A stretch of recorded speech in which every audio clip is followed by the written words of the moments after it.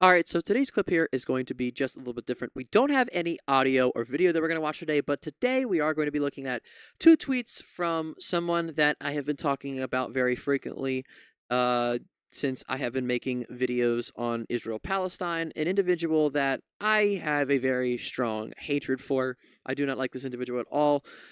That individual is Brianna Wu. I made a video about I think it was the last video I made about 5, 6 days ago, where I was talking about how Jank of TYC works closely with Brianna Wu.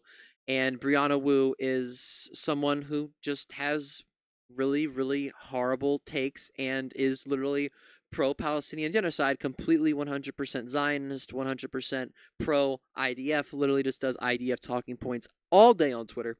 And we're going to look at two of those tweets today. And I had some people in my comments saying that I wasn't doing the best job of showing who Brianna Wu was, or specifically her shitty Israel politics. And those people were absolutely right. I did not really do a good job of explaining it and explaining why I have such a dislike for her and why I was, disappointed that Cenk is working so closely with her. But where does this all start? So the first tweet that I saw, this was actually quoted by Brianna Wu, but we're going to look at the original tweet first. Congressman Rashida Tlaib, love her, bless her. Palestinian liberation and black liberation are interconnected. From Detroit to Cleveland to Gaza, we must come together to fight for the collective liberation of oppressed people everywhere. And she links to an op-ed with Nina Turner posted to The Nation. I have not seen that yet. And Brianna Wu quote tweeted this and said, "This is hard to believe since I literally just had an argument with infamous white supremacist Nick Fuentes yesterday, who strongly agrees with your anti-Israel politics. How is it black liberation if you're working with a bunch of white supremacists?" Now, before I get into how absurdly fucking dumb this tweet actually is, I need to say something first. And I don't know if I've fully addressed this here, but I'm going to try my best to address it now. And I probably should have some examples pulled up, but people like Myron Gaines, individual that's part of the Fresh and Fit podcast. They are just two. He's one of a pair of two horrible individuals that are literally super sexist, super horrible. People like Sneeko. Some of you might know who he is. He's a streamer, content creator, if you can even call him that. And people like Nick Fuentes, people like that are literal fucking, they hate Jews. All of the three people I just named are super anti-Semitic. You can see it in what they post on a daily basis. All three of those individuals are extremely anti-Semitic, have been using pro-Palestinian rhetoric to prop up their anti-Semitic beliefs. And it is absolutely disgusting. It's very, very hard for me to see stuff like that because it makes me very, very upset. People like, you know, Sneeko or Myron Gaines or Nick Fuentes will be like, they'll say something like "Free Palestine," and then you look at videos of them saying that Jews control the world. We need to fucking just do a Holocaust too. That's literally what Nick Fuentes says. I can't even talk about Nick Fuentes on this channel or YouTube. We'll take action. They have before for me talking about him. But this tweet down here. Excuse me.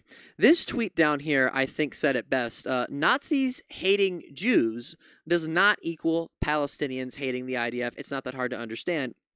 And then Brianna Wu goes on and says the goal isn't to destroy the IDF, it's to destroy Israel. The goal is to ethnically cleanse all Jews there. I heard the chants. Rashida Tlaib is clear about who she stands with.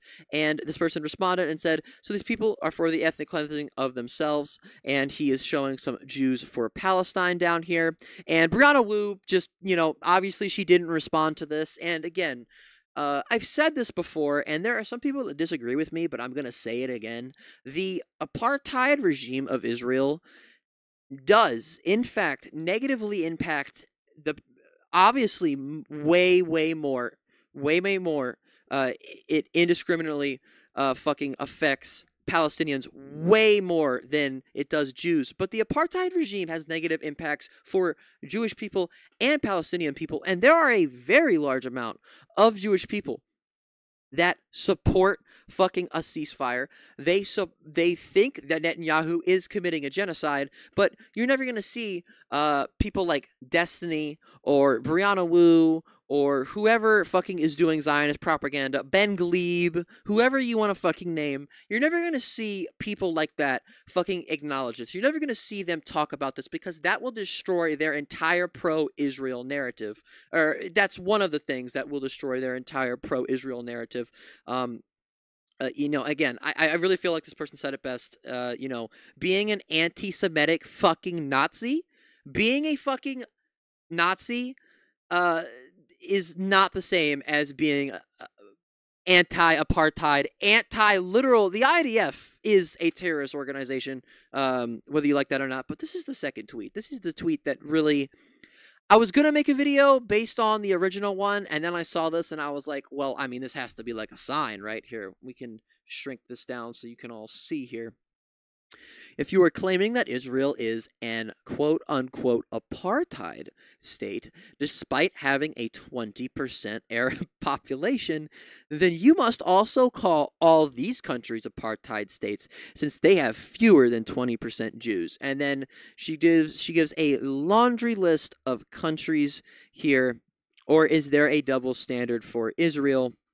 And before we go look at some of the, pretty good replies, in my opinion, if this is a perfect display of how Zionists, like Barana Wu herself, who has completely lost her fucking mind since October 7th. I mean, this motherfucker is literally insane.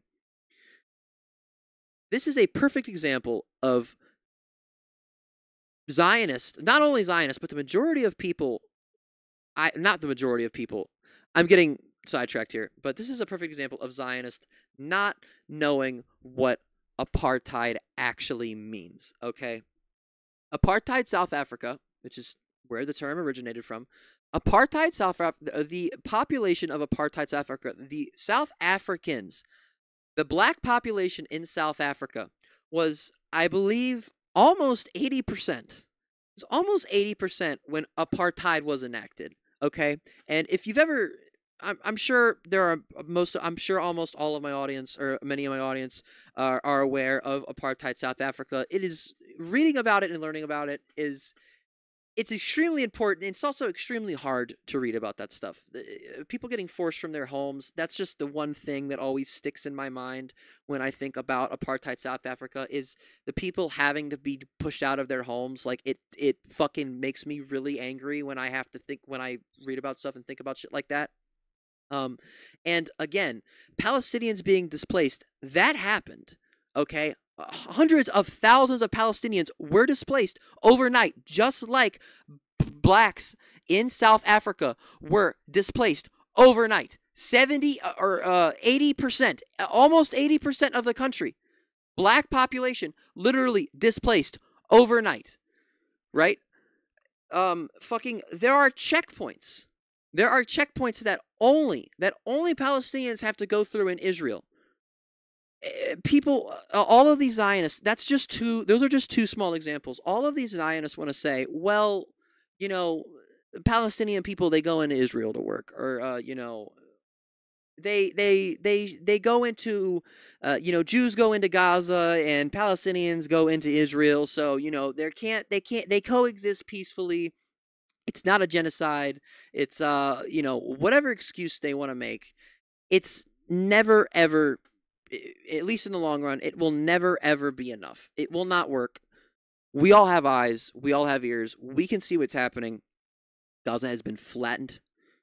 Gaza has been absolutely fucking destroyed. You don't have to look that up. It's not hard to see the thousands and thousands of Palestinians that have been murdered in response to Hamas attack on October 7th is absurd. And this is what I was originally going to make my video on, and I am going to talk about this still. Yesterday, it was revealed that the IDF literally knew. They knew at least 3 weeks before the Hamas attack was going to happen. They had knowledge of an attack that was being planned, and they let it happen. A lot of people are not going to agree with me on that, probably. I've seen a lot of people, saying one way or the other. They either ignored it or they let it happen. I I believe that they allowed it to happen so they can justify going in, destroying Gaza, literally leveling it, and committing a genocide against the Palestinian people. And I don't think it's going the way Netanyahu had really planned on it. I don't think he was going to see a big pushback in obviously, the US is still, even with the very small temporary blockade on aid to Israel, the U.S. is still aiding and abetting in this genocide of Palestinians. Don't get me wrong on that. Um, but you know, it's at the end of the day, I can sit here and I can joke and I can cuss and scream and whatever, and shit on these people and make jokes about them. But at the end of the day, there is an ongoing genocide happening.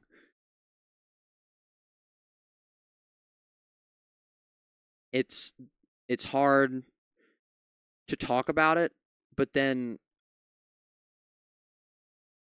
it's harder to actually see it with your own eyes and see what's happening to these people, see literal children murdered,